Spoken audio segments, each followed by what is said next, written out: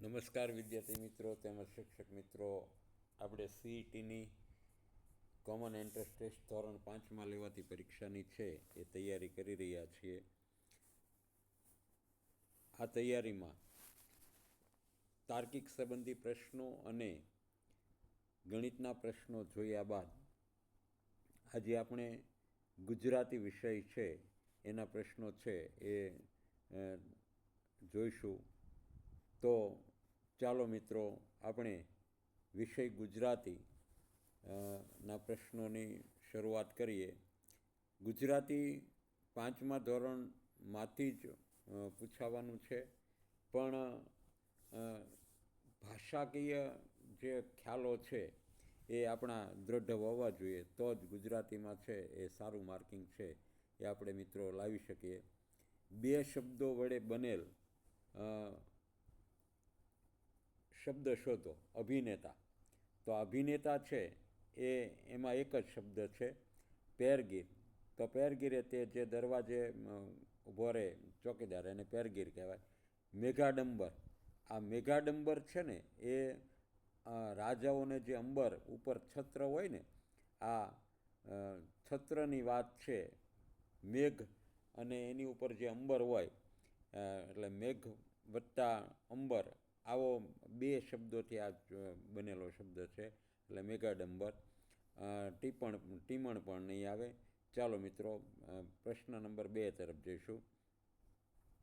પપ્પાના દાદાનો દીકરો તમારે શું થાય? આ હું છું, આ પપ્પા, અને પપ્પાના દાદા. પપ્પાના દાદા એટલે અહીંયા પપ્પાના દાદા એટલે પપ્પા જ લીધા છે એવો મતલબ થાય.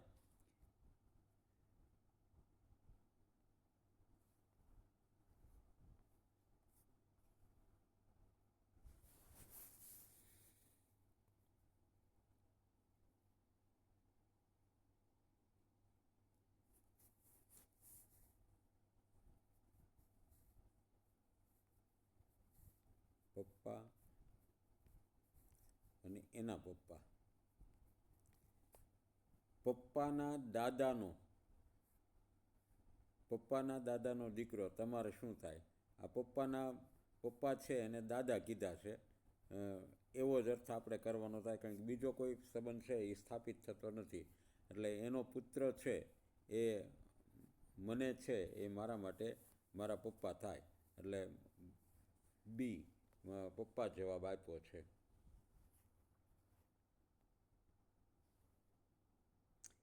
બિલાડી છાનીમાની આવી, બધું દૂધ સફાચટ કરી ગઈ.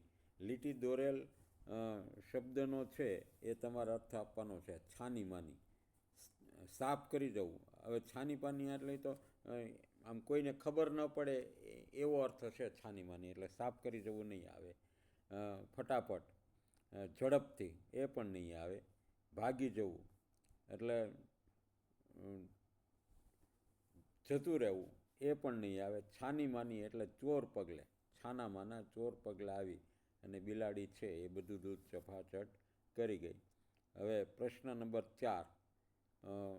ચાલ નીચે ઉતર, મારે તારી જોડે વાત નથી કરવી. આ વાક્યમાં કયો ભાવ રહેલ છે? હવે આમાં ચાલ નીચે ઉતર એટલે કોઈ વ્યક્તિ છે એ ખીજાતા હોય, ક્રોધમાં હોય એવું વાત કરે છે. એટલે ક્રોધને આપણે દુઃખ નહીં કહીએ, ભય પણ નહીં કહીએ, ગુસ્સામાં છે એવો અર્થ થશે. એટલે એમાં ભાવ છે એ ગુસ્સાનો રહેલો છે, ગુસ્સો. અને ઠપકો પણ નહીં. ઠપકો હોય તો નિર્મળતાથી, શાંતિથી એની સાથે વાત કરે. એટલે ઠપકાનો ભાવ નથી, ભયનો કે દુઃખનો ભાવ નથી, ગુસ્સાનો ભાવ રહેલ છે. પ્રશ્ન નંબર 5. કૌંસમાં આપેલ જવાબના આધારે, આ કૌંસ એટલે મારા, યોગ્ય પ્રશ્ન શબ્દ મૂકી ખાલી જગ્યામાં લખો. હવે કોણ, કોનું, શું, શા માટે, કોના, આ બધા છે એ પ્રશ્ન શબ્દો છે. તો ખાલી જગ્યા જન્મદિવસ પર ઘણી ભેટ મળી. મારા, અહીંયા માનો કે મારા હોય, મારા જન્મદિવસ પર ઘણી ભેટ મળી, તો એના બદલે આપણે પ્રશ્નસૂચક શબ્દ લખવાનો છે. તો અહીંયા છે એ તારા લખીએ તો પણ નહીં થાય. તારા જન્મદિવસ પર ઘણી ભેટ મળી, તો પ્રશ્ન શબ્દ નથી તારા, એટલે પ્રશ્ન નહીં બને. ક્યારે જન્મદિવસ, એ અજુગતું લાગે છે. શું જન્મદિવસ પર ઘણી ભેટ મળી, એ પણ પ્રશ્નસૂચક ન થાય. એટલે અહીંયા કોના જન્મદિવસ પર ઘણી ભેટ મળી, કારણ કે મારાને બદલે શબ્દ વાપરવાનો છે, તો કોના જન્મદિવસ પર ઘણી ભેટ મળી, આ યોગ્ય રહેશે. પ્રશ્ન નંબર 6 જોઈએ.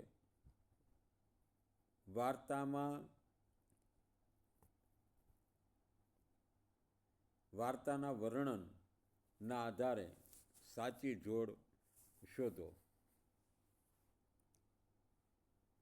આપણે ધોરણ 5માં ફિયોનાની વાર્તા છે એ વાંચી ગયા છીએ.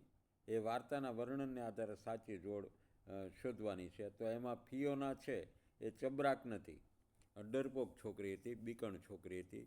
બોધીરાજ, આ બીકણ, બોધીરાજ બીકણ નહોતો, બરાબર. એ તો નિષ્ણાંત છોકરો હોય એવું દર્શાવે છે, હોશિયાર છોકરો હોય એવું દર્શાવે છે. મિન્ટુ છે એ જિદ્દી, અને તલ્લી છે એ બહાદુર. આ તલ્લી પણ બહાદુરીની કોઈ વાત નથી, એટલે મિન્ટુ જિદ્દી છે એવું થશે. પ્રશ્ન નંબર 7. વાક્ય વાંચી પ્રશ્નોના જવાબ આપો. 7 થી 10. સ્મિતાએ શૈલીને પૂછ્યું, તારે ભણવામાં મારી કોઈ મદદની જરૂર ખરી? હું નિપુણને દાખલા શીખવું છું. જો પૂછનાર કોણ છે? સ્મિતા, એટલે સ્મિતા ભણાવનાર થશે. શૈલીને પૂછ્યું, તારે ભણવામાં મારી કોઈ મદદની જરૂર છે? હું નિપુણને ભણાવું છું. તો કોને? સ્મિતાને, શૈલી, તારે કે હું? તો કોને એટલે અહીંયા તારે ભણવામાં જરૂર ખરી, એટલે ત્યાં શૈલી આવશે. શૈલી કોને એટલે કે તારે. શૈલીને ભણવાની કોઈ મદદની જરૂર ખરી? કોને ભણવાની જરૂર છે? તો કે શૈલીને. એવું શૈલીને સ્મિતા પૂછે છે. પછી કોણ?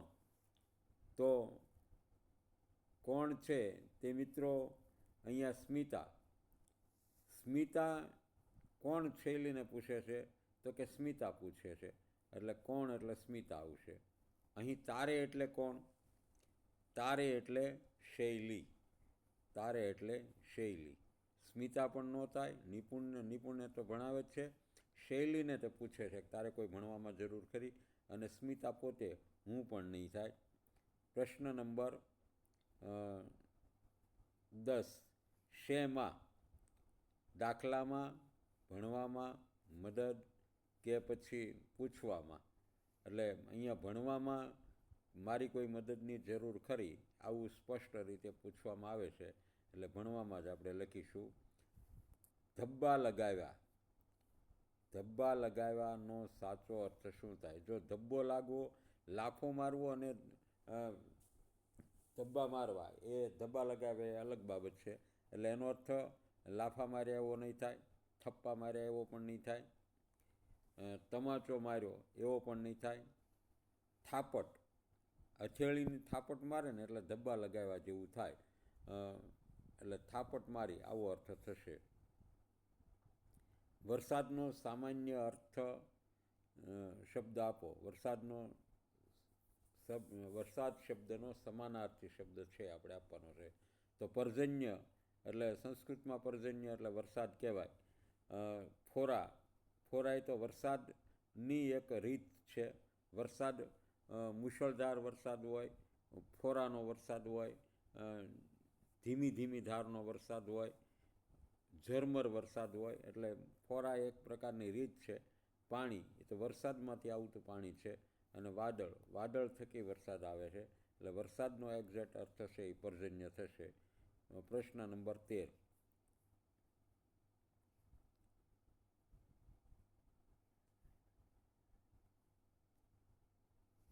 પદ્મશ્રી ફકરાના આધારે પ્રશ્ન નંબર 13 થી 15 ના ઉત્તર આપો. આ ફકરો વાંચી અને 3 પ્રશ્નોના જવાબ આપવાના છે, 13, 14 ને 15. પદ્મશ્રી પુરસ્કાર વિતરણ સમારોહમાં ભવન ખાતે પધારવા આમંત્રણ અપાયું. પુરસ્કાર ગ્રહણ કરવા માટે એક દાદીમાને રાષ્ટ્રપતિ ભવન ખાતે પધારવા આમંત્રણ આપવામાં આવ્યું. બધાએ કૌતુક જોયું. પદ્મ પુરસ્કાર લેવા માટે ચંપલ પહેર્યા વિના ખુલ્લા પગે દાદીમા તો રાષ્ટ્રભવન પહોંચ્યા હતા. સમાચારમાં આવ્યું હતું કે કર્ણાટકના હુલિકલ અને કુદુર વચ્ચેના 4 કિલોમીટરના રસ્તા પર 385 વટવૃક્ષનું વાવેતર કરનારા અને સંભાળનારા તેમજ 8,000 અન્ય વૃક્ષો વાવનારા 107 વર્ષના સાલુમુર્દા થિમક્કાને રાષ્ટ્રપતિએ પદ્મશ્રી એવોર્ડથી નવાજ્યા. હવે પુરસ્કાર એટલે પદ્મશ્રી પુરસ્કારનું નામ છે. પુરસ્કાર એટલે માત્ર પૈસા નહીં, પુરસ્કાર એટલે ભેટ નહીં, પુરસ્કાર એટલે ઇનામ.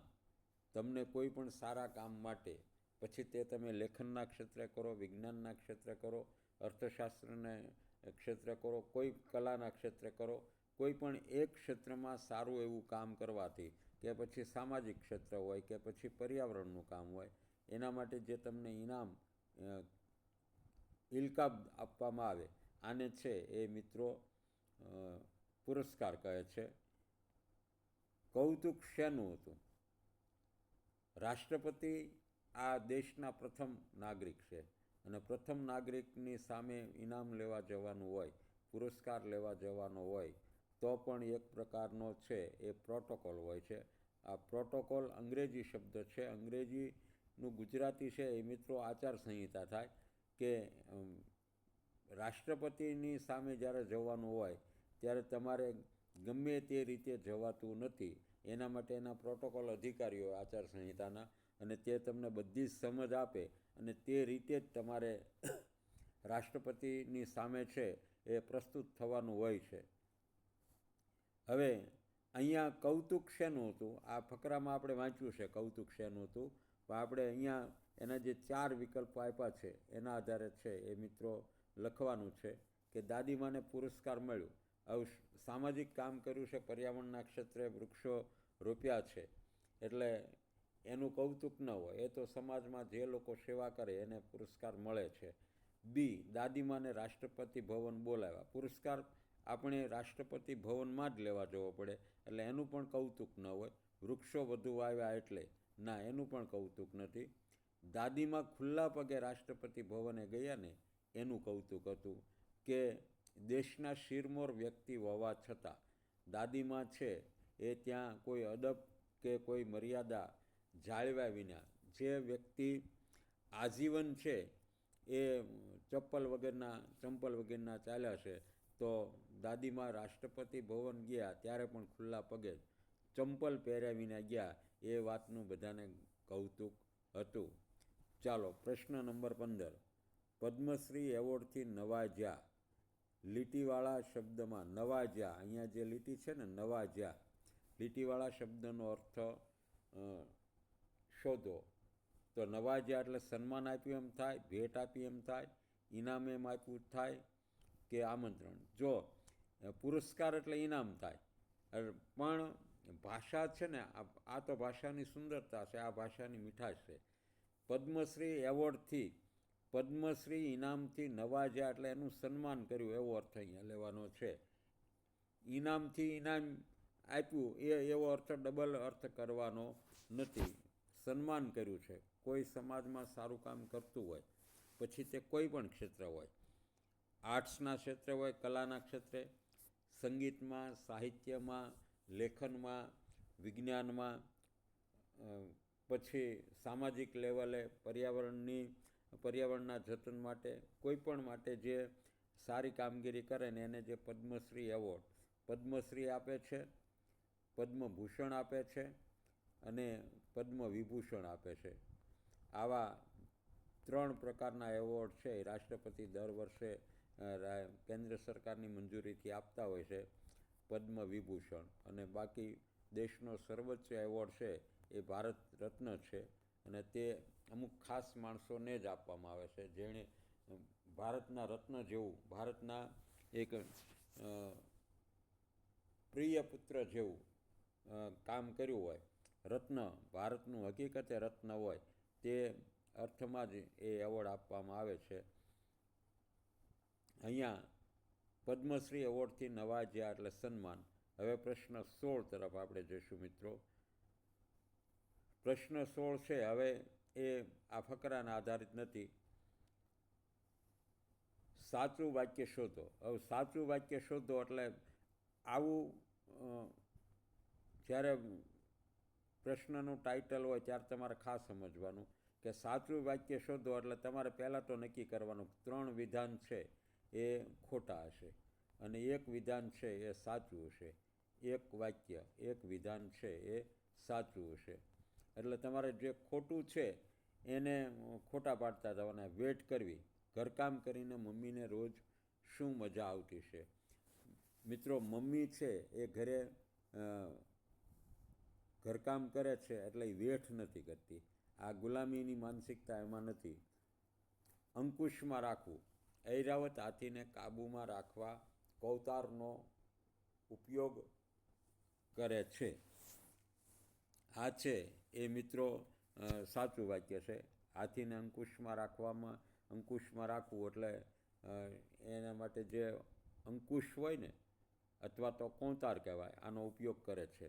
એટલે આ ખરું વાક્ય છે. વેઠ કરવી એટલે ઘરકામ કરીને મમ્મી રોજ શું મજા આવતી છે. આ ઘરકામ કરવું તે વેઠ કરવી નથી, તે માં પોતાના દીકરા સંતાનોના અને પોતાના પતિ અને પોતાના સાસુ સસરાના પ્રેમથી, લાગણીવશથી કામ કરતી હોય છે. એમાં ગુલામીની માનસિકતા નથી. વેઠ કરવી એટલે ગુલામીની માનસિકતા છે. બથ ભરવી.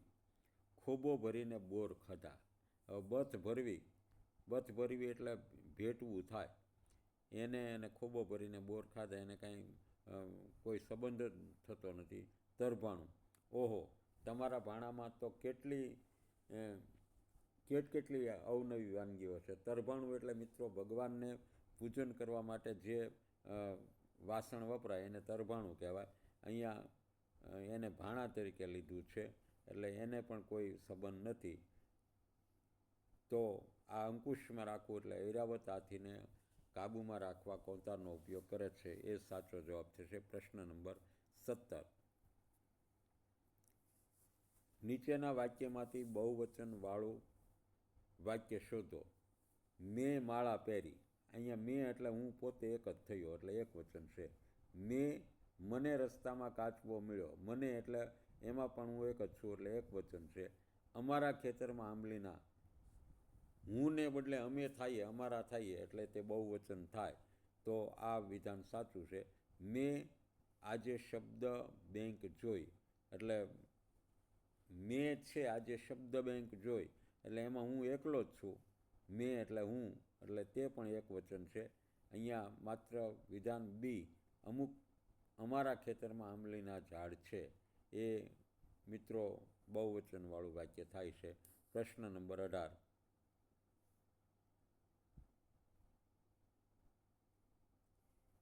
એકવાર માધવ સુખડી ખાઈ રહ્યો હતો. વાક્યમાં માધવની જગ્યાએ સાધ્વીનું નામ લખીએ તો વાક્યમાં કેટલા શબ્દો છે એમાં ફેરફાર થશે. એકવાર, આ એકવાર છે એનો એ શબ્દ રહેશે, એમાં કોઈ ફેરફાર નહીં થાય. માધવ છે એને બદલે સાધ્વી આવે એટલે પહેલો તો સાધ્વી શબ્દ છે એ ફેરફાર થશે. પછી ખાઈ રહ્યો હતો કે ખાઈ રહી હતી, આમાં આ શબ્દમાં કોઈ ફેરફાર થશે નહીં. રહ્યો હતો એને બદલે રહી હતી એટલે આ શબ્દમાં કોઈ ફેરફાર થતો નથી. રહ્યો છે એને બદલે રહી આવે છે અને હતો એને બદલે હતી. એટલે કુલ 1, 2 અને 3 શબ્દોનો પરિવર્તન થાય છે. એટલે આના જવાબ રૂપે આપણે C 3 એવો જવાબ આપીશું કે 3 શબ્દોમાં છે એ ફેરફાર થશે. ગામની એક કાળી બિલાડી ખાલી જગ્યા છે જે રોજ નીત નવા કરતબ કરે છે.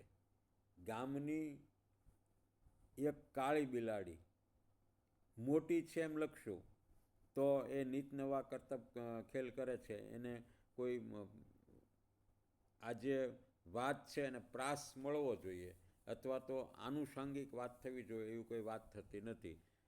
ગામમાં એક કાળી બિલાડી જાડી છે, તે રોજ નીત નવા ખેલ કરે છે.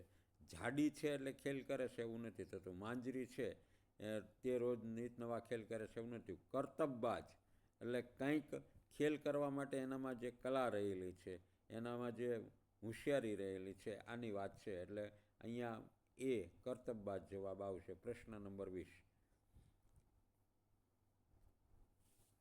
ખાલી જગ્યા રસ્તો ઓળંગવો જોઈએ, નહીં તો અકસ્માત થવો સંભવ છે. હવે રસ્તો ઓળંગવો હોય એટલે એમાં સાવધાનીની વાત આવે. અચોકસાઈ એટલે એ સાવધાની નથી. ચપળતાથી રસ્તો ઓળંગવો જોઈએ. ચપળતાથી તો ક્યારેક વધારે પડતા ચબરાક થવાથી, ચપળ થવાથી ભૂલ પણ થઈ જાય, બરાબર. એટલે ચપળતાથી એટલે શું, દોડીને રસ્તો ઓળંગવો એવો અર્થ થાય, તો ત્યાં ચપળતા શબ્દ ન આવડે. યુદ્ધમાં ચપળતા કામ લાગે, રસ્તો ઓળંગવામાં ચપળતાની જરૂર નથી, અને તે શબ્દ યોગ્ય પણ ન ગણાય. ફટાફટ રસ્તો ઓળંગવા જઈએ તો અકસ્માતનો સંભવ રહે. સાવધાનીપૂર્વક, આ સાચો શબ્દ છે, સાવધાનીપૂર્વક રસ્તો ઓળંગવો જોઈએ, નહીં તો અકસ્માત થવાનો સંભવ છે. અહીં ધૂમ્રપાન કરવું નહીં. અહીં ધૂમ્રપાન કરવું નહીં. કરનાર દંડને પાત્ર થશે. વાક્યમાં આપણે છે અલ્પવિરામ મૂકવાનું છે. ફક્ત શું મૂકવાનું છે? અલ્પવિરામ આવું મૂકવાનું છે. ચિહ્ન કયા શબ્દ પછી મૂકીએ કાંઈ, તો અહીં ધૂમ્રપાન કરવું નહીં, કરનાર દંડને પાત્ર થશે. તો જ્યાં આપણે થોડો સમય, અલ્પ સમય રૂકવાની વાત આવે એને અલ્પવિરામ કહેશું. તો કરવું, અહીં ધૂમ્રપાન કરવું નહીં, કરનાર દંડને પાત્ર થશે. આખો અર્થ જ ફરી જાય. ધૂમ્રપાન નહીં કરે એ દંડને પાત્ર થશે, એટલે આ તો આવે જ નહીં. અહીં ધૂમ્રપાન કરવું નહીં, આ એક વાક્ય છે એ પૂરું થાય છે, પણ એને આનુષાંગિક બીજું વાક્ય છે કે નહીં કરનાર દંડને પાત્ર છે, એટલે અહીંયા નહીંને બદલે જ અલ્પવિરામ આપણે મૂકશું. અહીં ધૂમ્રપાન કરવું નહીં, કરનાર દંડને પાત્ર થશે. હવે કરનાર પછી અલ્પવિરામ કરીએ તો પણ એનો અર્થ બદલી જાય છે.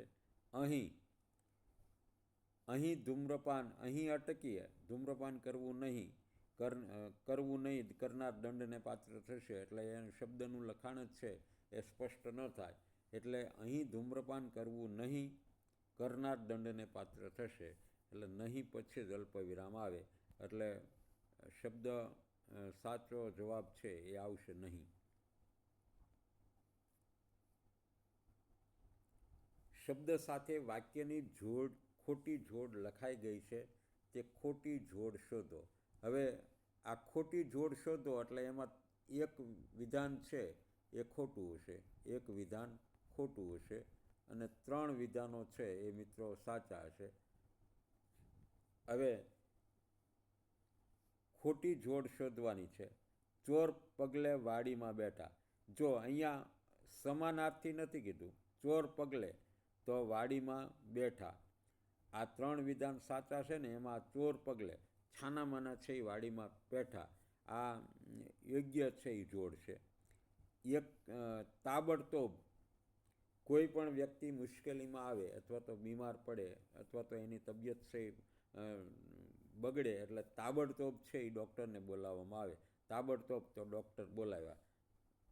તાબડતોબ છે એ શિક્ષક બોલાવ્યા તો એ ખોટું થાય. તાબડતોબ છે એ XYZ કોઈ બીજા વ્યક્તિને બોલાવ્યા તો ખોટું થાય. અહીંયા ડૉક્ટરને બોલાવ્યા તો એ ખોટી જોડ થતી નથી. એકાએક વાવાઝોડું આવ્યું. વાવાઝોડું છે એ મિત્રો એકાએક આવે એ સંભવ છે, એટલે એકાએક વાવાઝોડું આવ્યું તે યોગ્ય વિધાન છે. આ 3 વિધાન છે A, B અને C ત્રણે સાચા છે. સાવધાનીપૂર્વક પ્રશ્નોના જવાબ લખ્યા. હવે પ્રશ્નોના જવાબ છે એ મિત્રો સાવધાનીપૂર્વક ન લખવાના હોય, સમજી વિચારી અને લખવાના હોય. સાવધાનીપૂર્વક પ્રશ્નોના જવાબ આપ્યા એ આખું બંને શબ્દો થકી જે અક્ષર થાય ને વાક્ય બને એ વાક્યમાં કોઈ સુસંગતતા જ નથી. સાવધાનીપૂર્વક રસ્તો ઓળંગવો જોઈએ, સાવધાનીપૂર્વક છે એ વીજળી રિપેરિંગનું કામ કરવું જોઈએ, સાવધાનીપૂર્વક છે એ કૂવામાં ઉતરવું જોઈએ, સાવધાનીપૂર્વક છે એ નદી પાર કરવી જોઈએ, એ બરાબર છે. પણ પ્રશ્નોના જવાબ લખ્યા અને એને સાવધાનીપૂર્વક તે સુસંગત નથી. સાવધાનીપૂર્વક છે એ તમે વીજળી રિપેર કરો તો બરાબર છે. પ્રશ્નોના જવાબ લખવા માટે તો તમારે સમજી વિચારીને આવો જ શબ્દ પ્રયોગ હોય તો જ એ પ્રશ્નોના જવાબ લખ્યા યોગ્ય થાય. પ્રશ્ન નંબર 23. આજે તે રમવા મોડી આવશે, ખાલી જગ્યા તેને ઘરે કામ છે, કેમ કે તેને ઘરે કામ છે. એક બેનપણી આવી અને બધી બેનપણીઓને કહે છે એની સખીઓને કે આજે તે એટલે તે નામની કોઈ પણ છોકરી હોય મોડી આવશે. તો આ બંને વાક્યો છે એ જોડાય છે. તો બંને વાક્યો કોનાથી જોડવા? પછી તેને ઘરે કામ છે. હવે પછી તેને ઘરે કામ હોય તો વહેલી જતી રહે, મોડી ન આવે, એટલે તેને ઘરે કામ છે. આ એ પણ યોગ્ય નથી લાગતું. પરંતુ તેને ઘરે કામ છે. આજે તે રમવા મોડી આવશે, પરંતુ તેને ઘરે કામ છે. હવે જો આ કારણ દર્શાવવા માટે પરંતુ છે એ યોગ્ય લાગતું નથી. કેમ કે તેને ઘરે કામ છે. આજે તે રમવા મોડી આવશે કેમ કે તેને ઘરે કામ છે. આ વિધાન છે યોગ્ય લાગે છે. પ્રશ્ન નંબર 24. કુંજામાં નહિવત પાણી હતું, ખાલી જગ્યા તરસા કાગડાએ તેમાં કાંકરા નાખ્યા. હવે કુંજામાં પાણી નહિવત હતું, થોડું હતું. આ વાર્તા આપણે બધાએ સાંભળેલી છે કે કુંજામાં તળિયે થોડું પાણી ભરેલું હતું અને કાગડો છે એ તરસ્યો થયેલો હતો. તો એણે છે એ કુંજામાં વારાફરતી છે એ કાંકરા નાખવાનું ચાલુ કર્યું, એટલે પાણી છે એ ઉપર આવ્યું અને તે પાણી પી શક્યો. તો અને તરસા કાગડાએ તેમાં કાંકરા નાખ્યા, આ યોગ્ય લાગતું નથી. કારણ કે તરસા કાગડાએ તેમાં કાંકરા નાખ્યા. પાણી નહિવત હતું, ઓછું હતું, કારણ કે આ કોઈ વાક્યનો છે એ સુસંગત બનતું નથી. એટલે એને પાણી પીવું હતું અને એટલે આ યોગ્ય વાક્ય છે. પણ તરસા કાગડાએ તેમાં કાંકરા નાખ્યા, આ પણ યોગ્ય ગણાતું નથી. એટલે આ ત્રણેય શબ્દો છે એ બે વાક્યોને જોડતા શબ્દો, જ્યારે કેવો શબ્દ મૂકવો તો વાક્ય છે એ સરસ રીતે જોડાય. આ ખાસ મિત્રો આવા વિધાનો પૂછાવાની શક્યતા ગુજરાતીમાં રહેશે. કાગડાને રાજાજીના હુકમ પ્રમાણે ગારામાં નાખવામાં આવ્યો, પછી શું થયું હશે? હવે આ ચોથા ધોરણમાં આવતો ગુજરાતીનો પ્રશ્ન છે. તો ગારામાં નાખવામાં આવે તો તરવા ન લાગે, એટલે એ તો ખોટી બાબત જ થાય. રાજાજીને નવાઈ લાગી. ગારામાં નાખવામાં આવે, એણે તો આદેશ કર્યો છે એટલે તો નવાઈ પામવાનો કોઈ પ્રશ્ન નથી.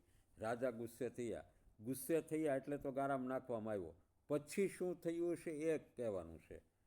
તો કાગડો છે ને, કાગડો એટલે કાગડો કહેવાય. એને કાંઈ હર્ષ કે શોક, દુઃખ કે સુખ કાંઈ હોય નહીં. કાગડાભાઈ છે એ ગારો ખૂંદતા ખૂંદતા આનંદ કરવા લાગ્યા. એટલે પછી આવું જ થયું હોય. કાગડાભાઈ તો ગારો ખૂંદતા ખૂંદતા આનંદ કરવા લાગ્યા. એ સજાને પણ મજામાં અનુભવ પ્રાપ્ત કરે અને કાગડા કહેવાય. એટલે પછી શું થયું છે? પ્રશ્ન આ પાઠ ન આવ્યો હોય તો પણ તમે તમારી કલ્પના શક્તિના આધારે છે એ નક્કી કરી શકો. પ્રશ્ન નંબર 26. ઉનાળે ને શિયાળે નીપજે, ચોમાસે પાણીમાં જાય, નહીં થડ નહીં ડાળી પાંખડી, વરણ અઢારે ખાય. હવે વરણ અઢારે ખાય, આ આદુ તો ચોમાસે પાણીમાં ક્યાંય જતું રહેતું નથી. મીઠું છે એ વિચારવા જેવું ખરું. ડુંગળી, તો ડુંગળી છે એ પણ પાણીમાં જતી નથી અને એને ડાળીને પાંખડી પણ હોય છે, થડ પણ હોય છે. ડાળી પાંખડી થડ બધું જ હોય છે. ખાંડ છે એ કાં તો ખાંડ અથવા તો કાં મીઠું બંને જવાબ આવે. હવે મીઠું છે ને મિત્રો, દરિયા કિનારે જે અગર હોય ને, અગરમાં શિયાળે ને ઉનાળે છે એ નીપજે, એના અગરમાંથી મીઠું બનાવવામાં આવે. અને જો અગરમાંથી મીઠું લેવાયું ન હોય તો ચોમાસામાં છે એ પાણીમાં વયું જાય બધું મીઠું, પાણી તાણી જાય ને વળી પાછું દરિયામાં ભળી જાય. એટલે મીઠાને 18 વરણ ખાય, ખાંડને પણ 18 વરણ ખાય, અને મીઠાને કાંઈ નહીં થડ નહીં ડાળી પાંખડી, કારણ કે એ તો દરિયાના પાણીમાંથી બનતો છે એ પદાર્થ છે, એટલે એને કાંઈ કોઈ વૃક્ષની આઈટમ નથી, વનસ્પતિજન્ય આઈટમ નથી. ખાંડ છે એ કેમ નહીં આવે? તો કે ખાંડ છે એ ખુલ્લા આગરમાં ખુલ્લા વાતાવરણમાં નથી બનતી, એ તો ફેક્ટરીમાં બનતી સામગ્રી છે, એટલે ખાંડ નહીં આવે. પ્રશ્ન નંબર 27. ઝાડને ઉછળતા મારી નાખું એ મારાથી ન ખવાય. વાક્યનો નજીકનો અર્થ કયો છે? ઝાડને ઉછળતા મારી નાખું એટલે જેવું ઉછરે એવું મારી નાખું, એ મારાથી ન સહન થાય, મારાથી ન ખવાય. વાક્યનો નજીકનો અર્થ કયો છે? ઝાડને મોટા થતાં હું જોઈ નહીં શકું. આ તો ન જ આવે, કારણ કે એને તો વનસ્પતિ પ્રત્યેનો ભાવ, દયાભાવ, કરુણા દેખાય છે, એટલે આ તો એની એકદમ વિરોધાભાસી વાક્ય છે. ઝાડને મારી નાખવા મને નહીં ગમે. જો અહીંયા મારી નાખવાની વાત છે એ મારાથી નહીં બને, એટલે મારી નાખવાની વાત જ નથી. ઝાડને કાંઈ મારી નાખતું હોતું નથી, એને કાપવાનું હોય છે. ઝાડને હું મોટું નહીં કરી શકું. આમાં કોઈ લેખકની પરવશતા નથી કે હું ઝાડને મોટું નહીં કરી શકું, એવું કાંઈ વાક્યના આધારે અર્થ નથી થતો. ઝાડને ઉગતા જ કાપી નાખવા મારાથી નહીં થાય. ઝાડને ઉછળતા મારી નાખવું એટલે નાનપણથી જ એને કાપી નાખવા, ઉગતા જ કાપી નાખવા, એ મારાથી ન ખમાય, એટલે મારાથી નહીં થાય. આ વિધાન છે એ યોગ્ય વિધાન, ખરું વિધાન બનશે. પ્રશ્ન નંબર 28. માર્મિક પાસે 80 રૂપિયા. માર્મિક પાસે 80 રૂપિયા. સંદીપ પાસે 110 રૂપિયા. સંદીપ પાસે છે એ 110 રૂપિયા છે, અને રિપલ પાસે છે એ 65 રૂપિયા છે. રિપલ પાસે ઓનલી ફોર 65 રૂપિયા છે. વાક્યના આધારે સાચો જવાબ શોધો. હવે અહીંયા 4 વિધાનો કર્યા છે આટલી માહિતીના આધારે, કે માર્મિક પાસે રિપલ કરતાં ઓછા રૂપિયા છે. માર્મિક પાસે 80 રૂપિયા છે અને રિપલ પાસે 65 છે, એટલે ઓછા નથી વધારે છે, એટલે પહેલું વિધાન ખોટું બનશે. તમારે આમાં સાચો જવાબ શોધવાનો છે. સંદીપ પાસે માર્મિક કરતાં ઓછા રૂપિયા છે. સંદીપની પાસે 110 રૂપિયા છે અને માર્મિકની પાસે છે 80 છે, એટલે સંદીપની પાસે વધારે છે, ઓછા રૂપિયા નથી, પૈસા નથી, એટલે આ પણ યોગ્ય થતું નથી. હવે સંદીપ પાસે બંને કરતાં, હા તો સંદીપ પાસે છે 110 રૂપિયા છે અને માર્મિક પાસે 80 રૂપિયા અને રિપલ પાસે 65 રૂપિયા, તો આ બંને વિધાન છે એ સાચું બને કે સંદીપ પાસે છે એ બંને કરતાં વધારે રૂપિયા છે. રિપલ પાસે સંદીપ કરતાં વધારે પૈસા છે. હવે રિપલ પાસે 65 રૂપિયા છે અને સંદીપ પાસે 110 રૂપિયા છે, તો રિપલ પાસે છે એ વધારે રૂપિયા થતા નથી, એટલે આ જવાબ પણ ખોટો બને. પહેલો, બીજો અને ચોથો, આ ત્રણેય વિકલ્પો છે એ ખોટા બનશે. સંદીપ પાસે બંને કરતાં વધારે રૂપિયા છે, આ ખરો જવાબ બનશે.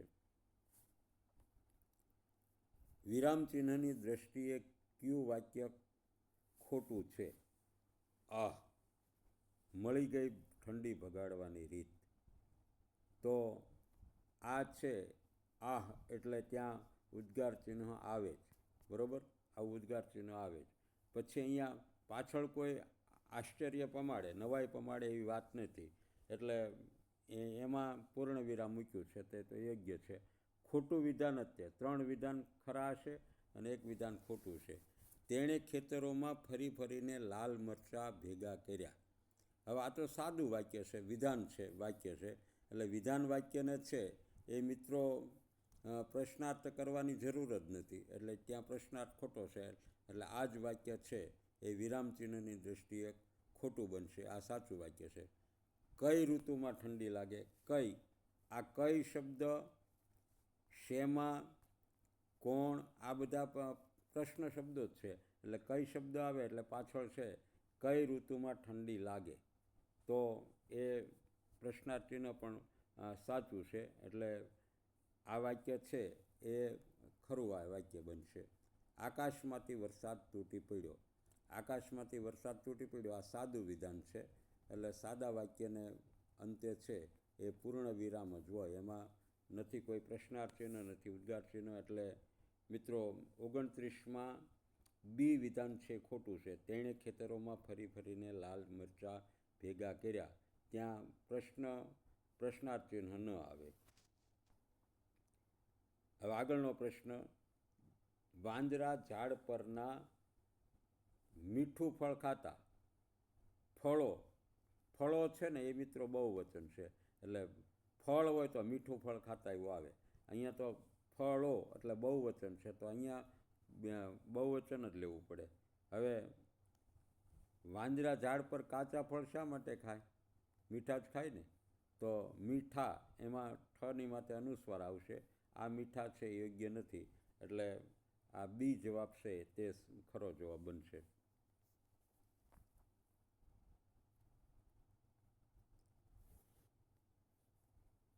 ઉદાહરણ આપેલું છે, એક પંખી ઉડતું ઉડતું આવ્યું, ઘણા પંખીઓ ઉડતા ઉડતા આવ્યા. અહીંયા એક અને એનું બહુવચન ઘણા પંખીઓ કરીને કર્યું છે. તો આ ઉદાહરણ પ્રમાણે તમારે 4 વિધાનમાંથી જે ઉદાહરણ મુજબનું વિધાન થતું હોય તે જવાબ છે એ મિત્રો લખવાનો છે. એને માંડ માંડ પાંદડું બેઠું. એને માંડ માંડ પાંદડા બેઠેલા. માંડ માંડ એક પાંદડા બેઠેલા. પાંદડું છે એને એક કહી શકાય, પણ પાંદડાને એક કહી શકાય નહીં. એટલે માંડ એક પાંદડા બેઠેલા, તો એ તો અહીંયા તો પાંદડું એક જ છે અને પાંદડાનું બહુવચન કરીને પાંદડું છે એનું બહુવચન કરી નાખ્યું. એટલે પહેલું વિધાન છે એ ઉદાહરણ યોગ્ય નથી, ખોટું લાગે છે. પંખીએ આ કામ કર્યું. પંખીઓએ આ કામ કર્યું. હવે જો અહીંયા પંખીએ આ કામ કર્યું અને પંખીઓએ આ કામ કર્યું, બહુવચન થાય છે. પણ અહીંયા એક પંખીએ અને ઘણા પંખીઓએ કર્યું એમ થવું જોઈએ. ઉદાહરણ મુજબનું વાક્ય નથી. આજે હું લાડુ ખાઈશ. આજે હું લાડવા ખાઈશ. અહીંયા લાડુનું બહુવચન કર્યું, હું છે એનું બહુવચન કર્યું નથી. આજે હું એક લાડુ ખાઈશ, અથવા તો આજે હું ઘણા લાડવા ખાઈશ. ત્યાં હોત હું ને બદલે આગળ એક ઘણા શબ્દ વાપરેલો હોત તો હજી યોગ્ય બને. એક ચોમાસું છોડ પર વરસ્યું. ઘણા ચોમાસા છોડ પર વરસ્યા. એક ચોમાસું છોડ પર વરસ્યું અને એને બદલે ઘણા ચોમાસા છોડ પર વરસ્યા. આ વિધાન છે એ એક પંખી ઉડતું ઉડતા આવ્યું, ઘણા પંખીઓ ઉડતા ઉડતા આવ્યા. એટલે બહુવચન કરવાની રીત કોઈ એક્ઝેક્ટ તમારે છે એ અંક આપવાનો નથી કે આટલા જ પંખીઓ આવ્યા. એમ ચોમાસું એક્ઝેક્ટ તમારે આપવાનું નથી. એક ચોમાસું છોડ પર વરસ્યું, તો ઘણા ચોમાસા છે છોડ પર વરસ્યા. કેટલા વર્ષનું, જેટલા ચોમાસા વરસ્યા હોય ને એટલા વર્ષનું છે એ વૃક્ષ થાય, છોડ થાય. પણ અહીંયા એવી કોઈ ચોખવટ કરી નથી. ઘણા ચોમાસા એટલું લખ્યું છે. પ્રશ્ન નંબર 32. મોબાઈલ મળતા બાળક એટલું ખુશ થયું, ખાલી જગ્યા તેને આખી દુનિયા મળી ગઈ. જાણે આખી દુનિયા મળી ગઈ એ યોગ્ય છે. જાણે તેને આખી દુનિયા, એવી રીતે તેને યોગ્ય દુનિયા મળી ગઈ એ પણ ન આવે. કેવી રીતે તેને એ દુનિયા મળી ગઈ તે પણ ન આવે. તેથી તેને આખી દુનિયા મળી ગઈ. આ જાણે એના બદલે તેથી આ યોગ્ય રહેતું નથી, એટલે જાણે જ આવશે.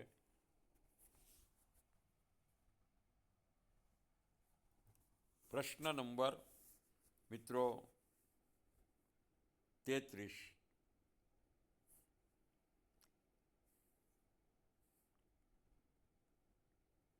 સમૂહ દર્શાવતો શબ્દ કયો છે એમાં કોઈ વ્યક્તિગત એકલાની વાત ન હોવી જોઈએ.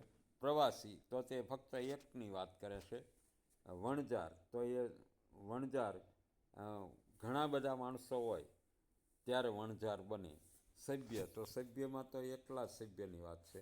સૈનિક તો એમાં પણ એકલા વ્યક્તિની જ વાત છે, એક જ વ્યક્તિની વાત છે. એટલે એક જ શબ્દ હોય અને સમૂહ દર્શાવતા હોય એવો શબ્દ વણઝાર છે.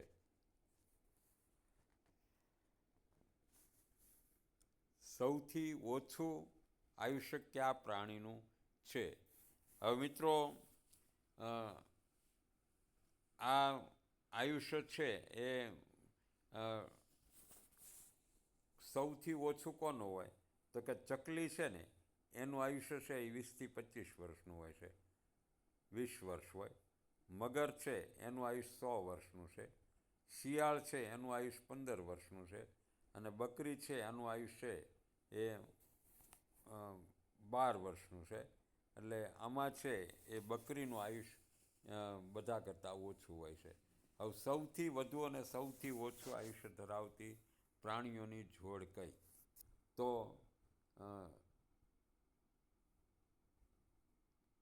હાથી અને ચકલી. ચકલીની ઉંમર છે ને એ મિત્રો 20થી 25 વર્ષ હોય. સામાન્ય રીતે 20થી 25 વર્ષ જીવે. એટલે હાથી છે, હાથીના 100 વર્ષની આયુષ આપણે અંદાજીએ 100 વર્ષ. 100 વર્ષનું આયુષ હોય એટલે એનો મતલબ એવો નથી તો દરેક હાથી 100 વર્ષે જ મરે. પણ વિજ્ઞાન છે એ વનસ્પતિ શાસ્ત્ર અને પ્રાણીશાસ્ત્રમાં અમુક સમયના અંતરે એક સરેરાશ આયુષની વય કાઢે. દાખલા તરીકે માણસની વય છે અત્યારે સરેરાશ 64 કે 65 વર્ષની છે. તો 65 વર્ષ એટલે શું થાય તો કે કોઈક માણસ 120 વર્ષે જીવતું હોય તો કોઈક માણસ 5 વર્ષે ગુજરી જતું હોય. પણ મોટાભાગના માણસો છે એ સરેરાશ 65 વર્ષનું જીવન જીવે. એટલે કોઈક માનો કે 80, 90, 95 પાછું થયું હોય તો કોઈક 40, 42, 35, 50 એવી રીતે પણ અવસાન પામતા હોય. એટલે સરેરાશ આયુષ નીકળે કે આ પ્રાણીની કે આ વ્યક્તિની. એટલે હાથી છે ને એ 100 વર્ષનું આયુષ પ્રાણીશાસ્ત્ર એનું ગણે છે, 100 વર્ષનું આયુષ. એટલે અહીંયા બધી હાથી અને હાથી સાથે જ છે.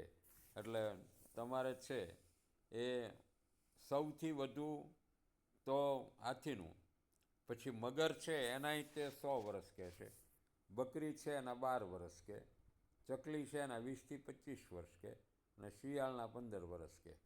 તો તમારે સૌથી વધુ અને સૌથી ઓછું આવું આયુષ ધરાવતી પ્રાણીની જોડ હાથી અને બકરી બંને થાય. પ્રશ્ન નંબર 36. સૌથી વધુ આયુષ અને સૌથી ઓછું આયુષ ધરાવતી વચ્ચેના કેટલું અંતર છે? સૌથી વધુ આયુષ ધરાવતા હોય અને સૌથી ઓછું આયુષ ધરાવતા હોય એમાં આ પ્રશ્નનો જવાબ છે એ આપવો અઘરો છે. પણ અહીંયા છે એ મિત્રો 60 વર્ષ આપ્યા છે. હવે સૌથી વધુ આયુષ્ય ધરાવતા અત્યારે કન્ફ્યુઝન છે કે કાચબાના 600 વર્ષ લખે, કોઈક જગ્યાએ કાચબાના 300 વર્ષ લખે, તો કોઈક જગ્યાએ છે એ કાચબાના પાછા 200 વર્ષ લખે. એટલે અલગ અલગ આયુષ્ય હોય છે. એટલે એના વચ્ચે કેટલા વર્ષનું અંતર છે એ સ્પષ્ટ થતું નથી. અહીંયા 67 વર્ષ,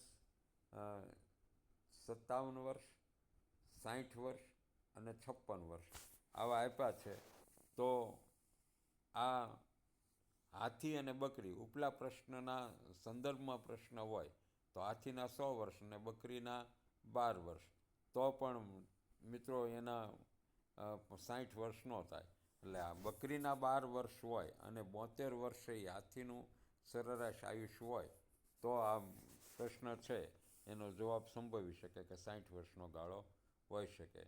સરેરાશ આયુષ 30 વર્ષથી વધુ હોય તેવા કેટલા પ્રાણીઓ છે? 30 વર્ષથી વધારે આયુષ હોય ને એવા કેટલા પ્રાણીઓ? તો કે 6 પ્રાણીઓ. 6 પ્રાણીઓ ક્યાં ક્યાં? તો કે ગાય, ભેંસ, બળદ, વરુ, હરણ, આ બધા જ પ્રાણીઓ છે ને એ 20થી 25 વર્ષ જીવે. જ્યારે 6 પ્રાણીઓ એવા છે કે જે ઘણું બધું વધારે જીવે છે. તો એમાં પહેલાં આવશે સિંહ. સિંહની આવરદા છે એ મિત્રો 45 વર્ષ જેવી છે. પછી બીજું આવશે હાથી. તો હાથીની ઉંમર છે એ 100 વર્ષ આવશે. પછી આવશે મગર. તો મગરનું આયુષ્ય એ મિત્રો 100થી 300 વર્ષ છે એનું અંદાજવામાં આવે છે. 30 વર્ષથી વધારેની જે છે એમાં એક કાચબો આવશે. તો કાચબાની છે એ મિત્રો 600 વર્ષની આવરદા લખવામાં આવે છે.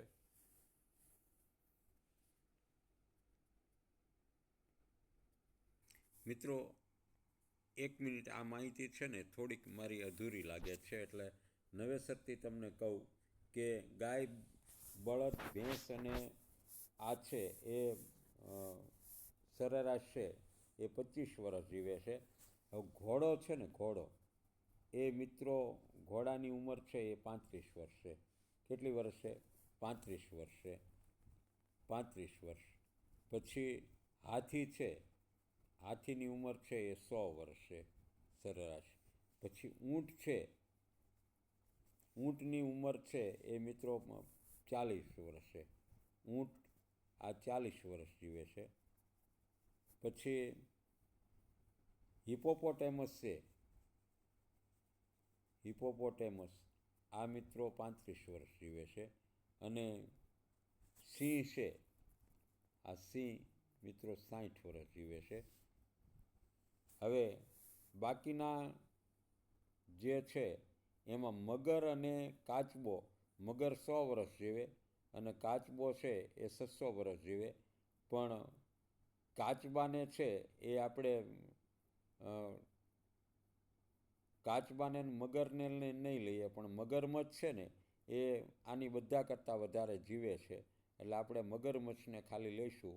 અને એવી રીતે ગણીએ તો કુલ 6 પક્ષીઓ, 6 પ્રાણીઓ એવા થાય કે જે 30 વર્ષ કરતાં વધારે જીવે છે. એટલે આપણે મગરમચ્છને છે એ લઈએ તો મગરમચ્છ છે એ પાછું 300 વર્ષ જીવે છે એવું લખે છે. મગર 300 વર્ષ, 100 વર્ષ જીવે અને મગરમચ્છ એમાંથી અલગ જાતિ આવે છે એ 300 વર્ષ જીવે. આવું ગૂગલ ઉપરનું સંશોધન હું કહું છું. મેં 4થા ધોરણનું પુસ્તક જોયું નથી, પણ ડૉક્ટર S.R. રાવલ આ ગૂગલ ઉપર લખે છે કે આવા 6 પ્રાણીઓ છે ને એ મિત્રો 30 વર્ષ કરતાં વધારેનું આયુષ્ય છે એ ભોગવે છે. એટલે 6 પ્રાણીઓ એવા છે કે જે 30 વર્ષ કરતાં એનું આયુ વધારે હોય. હવે આગલા પ્રશ્ન તરફ જશું. આ પ્રશ્ન ગુજરાતીમાં છે ને, મને ગુજરાતીમાં પ્રશ્ન પર્યાવરણનો વધારે લાગે છે. એટલે આવા પ્રશ્નો પૂછાવાની શક્યતાઓ મને લાગતી નથી સહેજે. છતાં આમાં કોઈ GCRTના તજજ્ઞ હોય ને એણે એ પ્રકારના પ્રશ્નો બનાવતા તે એ પ્રશ્નો મૂક્યા છે. પરિશ્રમ કરવાથી સફળતા મળે છે. આ વાક્યનો નજીકનો અર્થ કયો હશે? જો એકદમ યોગ્ય અર્થ નથી એવું તો નહીં, નજીકનો અર્થ લખવાનો છે. એટલે થોડો ઘણો મળતો આવતો હોય તે તમારે જુદો પાડવાનો છે. આળસથી સફળતા મળતી નથી, આ સાચું છે, પણ આના પરિપ્રેક્ષમાં સાચું ન પણ હોય. એટલે તમારે છે એ યોગ્ય છે એ નજીકનો અર્થ નથી થતો. ખૂબ પરિશ્રમ કરવાથી સફળતા મળે તેવું નથી. આ વાક્યને અને આ વાક્યને કાંઈ લેવા દેવા જ નથી. એટલે આ તો નહીં જ આવે. પણ આ નજીકનું વાક્ય છે. પણ એનાથી કોઈ નજીકનું વાક્ય મળતું હોય તો તે તમારે જવાબ લખવાનો છે. મહેનત ન કરીએ તો સફળ ન થવાય. આ પરિશ્રમ કરવાથી સફળતા મળે છે એટલે પાછું એની વિરોધી ભાષા એવી પણ થાય કે મહેનત ન કરીએ અને ફક્ત ભાગ્યને આધારે સફળતા મળે, એવું તો બનતું નથી. મહેનત ન કરીએ તો સફળ ન પણ થવાય. પરિશ્રમ કરવાથી ઓછી સફળતા મળે છે એવું નથી. સિદ્ધિ તેને જઈ વરે જે પરસેવે નાય. ફક્ત પરિશ્રમ કરવાથી સફળતા ઘટી જાય એવું તો કેમ બને? પરિશ્રમ કરવાથી જ સફળતાના માપદંડો છે ઉલટાના વધે. એટલે આળસથી સફળતા મળતી નથી, પણ મહેનત ન કરીએ તો સફળ ન થવાય તે વધારે નજીકનો જવાબ છે. એટલે આપણે છે એ મિત્રો પ્રશ્ન 38માં સી વિકલ્પ છે એને માન્ય કરીશું. હવે પ્રશ્ન નંબર 39, મારાથી ગફલત થઈ ગઈ છે. ગફલત એટલે એક પ્રકારની ભૂલ કહેવાય મિત્રો, કે મારાથી ગફલત થઈ છે એટલે કે ભૂલ થઈ છે. આજે તમે મને છે એ વહેલા 5 વાગે જગાડવાનું કીધું હતું અને હું તમને જગાડી શક્યો નહીં, એટલે મારાથી ભૂલ થઈ ગઈ છે. આ વાક્યનો નજીકનો અર્થ પછી કોઈ પણ અર્થમાં હોય, મારે તમને આ યાદી આપવી જોઈતી પણ આપી નથી, ભૂલ થઈ ગઈ છે. મારે આજે તમને છે એ ફરવા લઈ જવાના હતા પણ લઈ જઈ શક્યો નથી. આ બધી જ ગફલત હોઈ શકે. મારી ક્યારેય ભૂલ ન થાય તો આ એનો અર્થ જ નથી. મેં જાણી જોઈને ભૂલ કરી એવું નથી. જ્યારે મારાથી ગફલત થઈ ગઈ છે એવો સ્વીકાર કરે છે ત્યારે જાણી જોઈને ભૂલ કરવાનો કોઈ મિનિંગ હોતો નથી, અર્થ હોતો નથી. મારે કરવી ન હતી પણ મારાથી ભૂલ થઈ ગઈ. આ વિધાન છે એનો નજીકનો અર્થ ગણાય. મારાથી મોટી ભૂલ થઈ ગઈ. હવે આ ભૂલ અને નાની ભૂલ કે મોટી ભૂલ શું?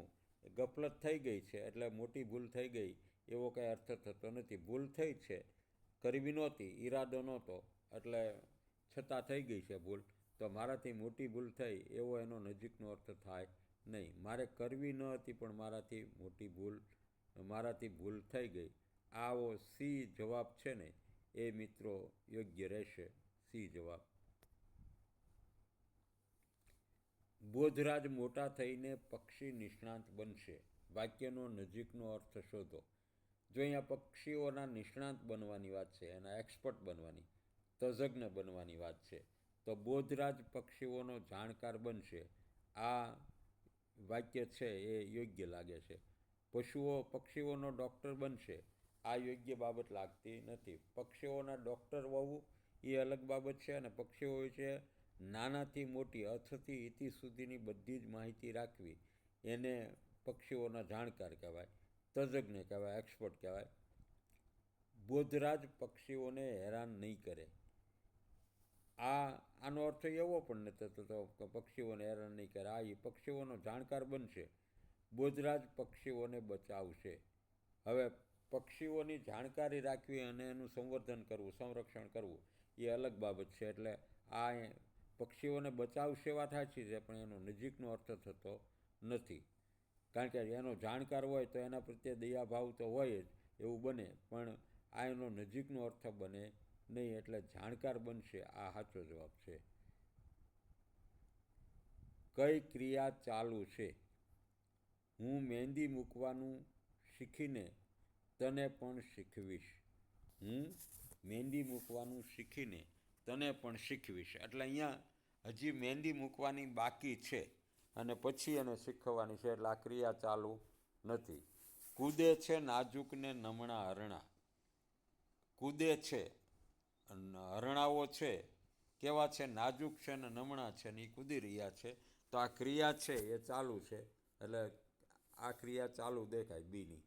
તરલિકા તડકો વાળવા સાવરણી લઈને આવી. સાવરણી લઈને આવી છે પણ તડકો વાળતી નથી, એટલે આ ક્રિયા છે એ ટૂંક સમયમાં શરૂ થવાની છે. બરાબર? એટલે આને છે ચાલુ વર્તમાન કાળ કહી શકાય નહીં. ખિસ્સું ખુશ થઈને નીરજભાઈના ખિસ્સા પર બેસી ગયું. આ ક્રિયા છે એ મિત્રો વર્તમાન કાળની છે પણ થઈ ગયેલી ઘટના છે, એટલે આપણે છે એ આને જવાબ તરીકે યોગ્ય ગણીશું નહીં.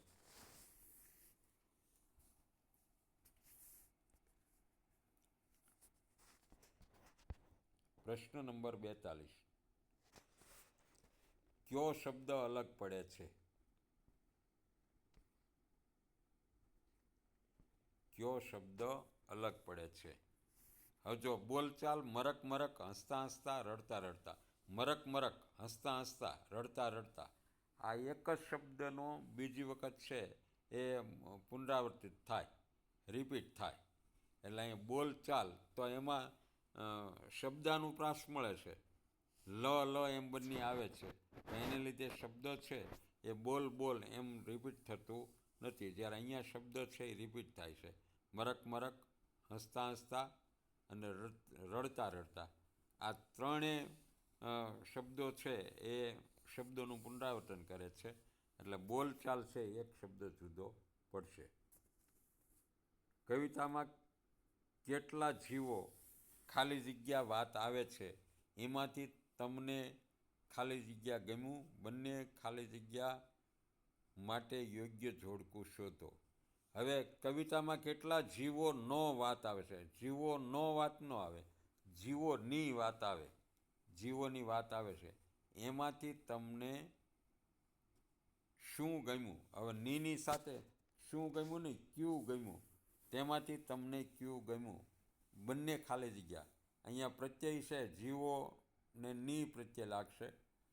અને કયું છેલ્લે પ્રશ્નાર્થ બનાવવાનો છે. એટલે ક્યું ગમ્યું, તેમાંથી તમને ક્યું ગમ્યું. આ અહીંયા ક્યું આવશે અને અહીંયા છે ની આવશે. ચાલો મિત્રો આગળ પ્રશ્ન નંબર 44.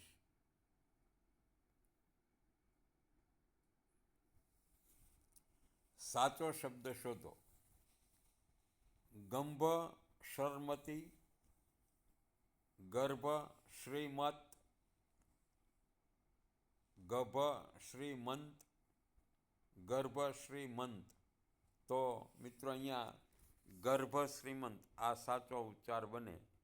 આ શ્રીમંત શ્રીમત મની માથે અનુસ્વાર ફરજિયાત છે, એટલે આ અનુસ્વાર એ ખોટો છે. અને અહીંયા શરમતી આવું તો આવે જ નહીં, એટલે આ તો સદંતર ખોટું છે, આ ખોટું છે. જ્યારે ગ પછી અડધો રનો ઉચ્ચાર થતો હોય ત્યારે હંમેશને માટે અનુસ્વાર છે. કોઈ પણ અક્ષરની શરૂઆતમાં તો અનુસ્વાર આવશે જ નહીં. અનુસ્વાર નહીં, રેફ નહીં આવે મિત્રો. અહીંયા પહેલાં જ અક્ષર ઉપર રેફ આવે એ તો સદંતર ખોટી બાબત છે. હંમેશના માટે રેફ છે એ બીજી, ત્રીજી કે ચોથી. જો 4 અક્ષરનો શબ્દ હશે તો બીજા અક્ષર પર આવી શકે, પણ પહેલા અક્ષર ઉપર તો આવે જ નહીં. કારણ કે અડધો રમને માટે આપણે રેફ લખતા નથી અને તે ઉચ્ચાર કરવો પણ અઘરો હોય છે. સમાન અર્થવાળા વિકલ્પોમાંથી ખોટી જોડ છે એ શોધો. દેખાદેખીને દેખાદેખી, દેખીને જતું રહેવું. અહીંયા મિત્રો હું 5મા ધોરણનું ગુજરાતી વાંચતો હતો ને, તો અહીંયા દેખાદેખી ન હોવું જોઈએ. 5મા ધોરણમાં આવો પ્રશ્ન છે એક, દેખાદેવી. એટલે દેખાદેવી એટલે દેખીને જતું રહેવું એવો અર્થ થાય. બીજો શબ્દ છે નવજાત. તો એ મિત્રો છે એ ખોટી જોડ છે. નવજાત એટલે નવી જાતનું ન આવે. લારો લાર એટલે એક હારમાં, આ યોગ્ય અર્થ છે. જડબે સલાક એટલે ચુસ્ત, આ પણ યોગ્ય છે. એટલે 3 જોડ છે ને એ મિત્રો ખોટી છે. અને નવજાત એટલે નવી જાતનું, આ છે એ 3 જોડ મિત્રો સાચી છે અને એક જોડ છે ને એ ખોટી છે. એટલે આપણે ખોટા શબ્દો છે એ પકડવાનો રહે. નવજાત શિશુ આવો શબ્દ પ્રયોગ છે એ વપરાય છે. નવજાત એટલે નવી જાતનું ન થાય. નવજાત એટલે તાજું જન્મેલ એવો અર્થ થાય છે. એટલે આ છે એ જોડ ખોટી છે. નવી જાતનો એવો અર્થ થતો નથી.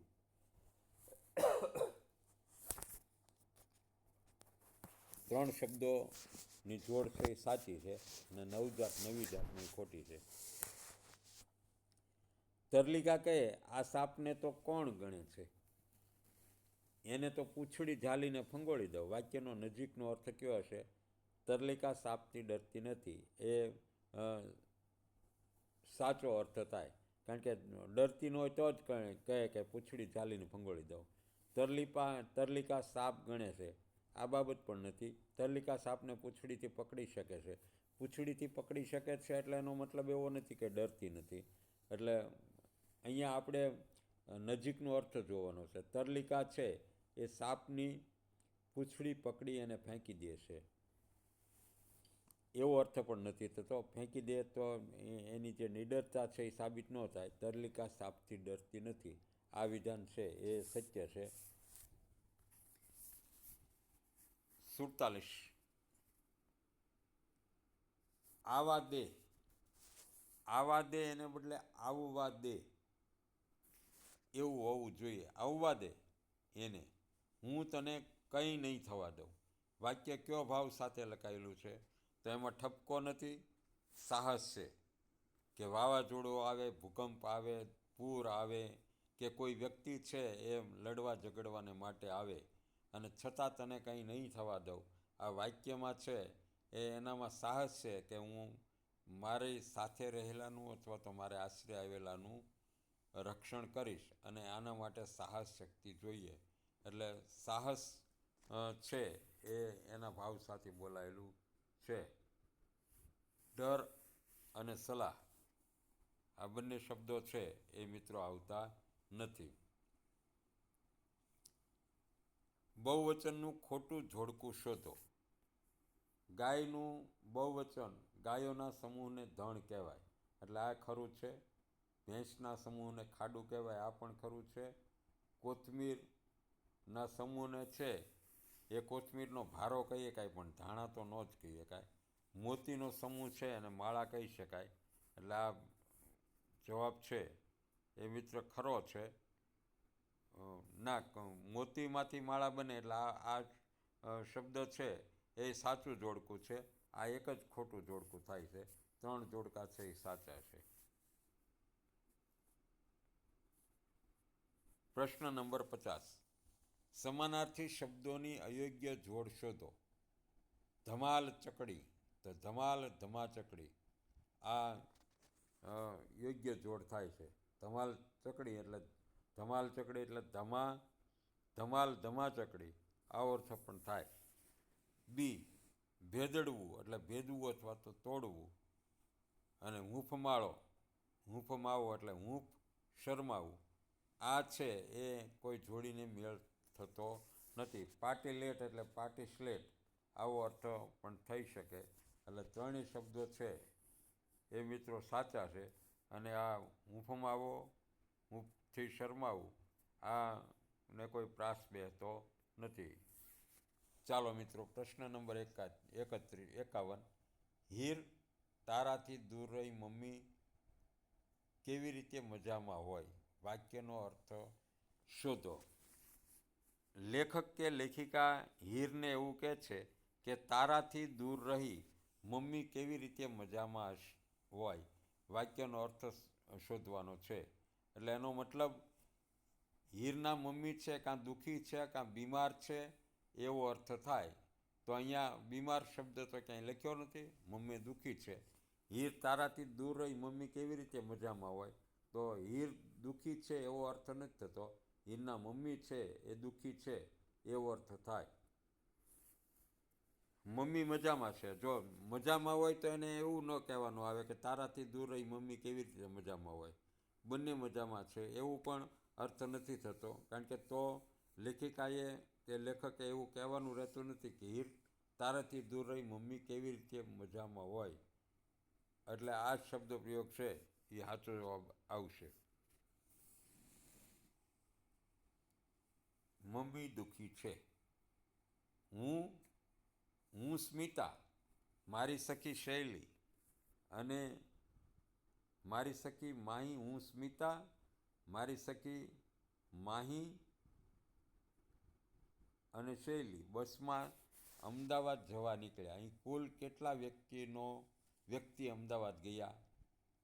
તો કે હું એટલે સ્મિતા પોતે, મારી સખી માહી અને શૈલી, આ 3 વ્યક્તિ છે એ અમદાવાદ જવા માટે નીકળ્યા. તો એમાં 3 જણાનો કુલનો સમાવેશ થાય છે. પોતે હું એટલે સ્મિતા, એની સખી માહી અને ત્રીજું શૈલી, એટલે 3 જણા છે એ વ્યક્તિ અમદાવાદ ગયા. એમાં 2, 4 કે 5 જવાબ ન આવે.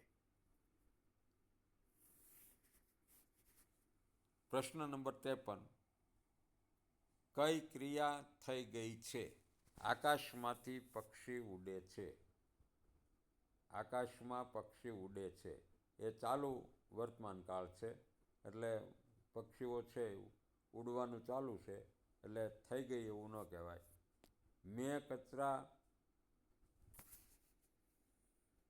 મેં છોતરા કચરા પેટીમાં નાખ્યા, તો આ છે એ ક્રિયા થઈ ગઈ કહેવાય, કારણ કે ક્રિયા થઈ ગઈ છે આવો પ્રશ્ન મેઇન છે. તો કચરા પેટીમાં નાખ્યા એ ક્રિયા થઈ ગઈ ગણાય. મારા મામા કાલે ઘરે આવશે, એ થવાની છે, એટલે એ પણ ન ગણાય. હિમાલય પહોંચતા જ બરફના પહાડ જોવા મળશે. હિમાલય પહોંચીએ ત્યારની વાત છે, એટલે તે વર્તમાનકાળની વાત નથી, ભવિષ્યકાળની વાત છે. એટલે ક્રિયા થઈ ગઈ હોય અને છતાં વર્તમાનકાળ ગણાય એવી છે એ બી, મેં છોતરા કચરાપેટીમાં નાખ્યા, આ યોગ્ય જવાબ આવે છે. મિત્રો, અહીંયા આપણે છે એ અટકીએ છીએ. ગુજરાતીનો બીજો વિડીયો છે એ અન્ય પ્રશ્નો, બાકી રહેતા પ્રશ્નોને લઈ અને આપણે બનાવીશું. તો મારો વિડીયો સારો લાગે તો લાઈક કરજો, ચેનલને સબસ્ક્રાઈબ કરી અને આગળ વધારતા રહેશો. અસ્તુ. જય હિન્દ, જય ભારત.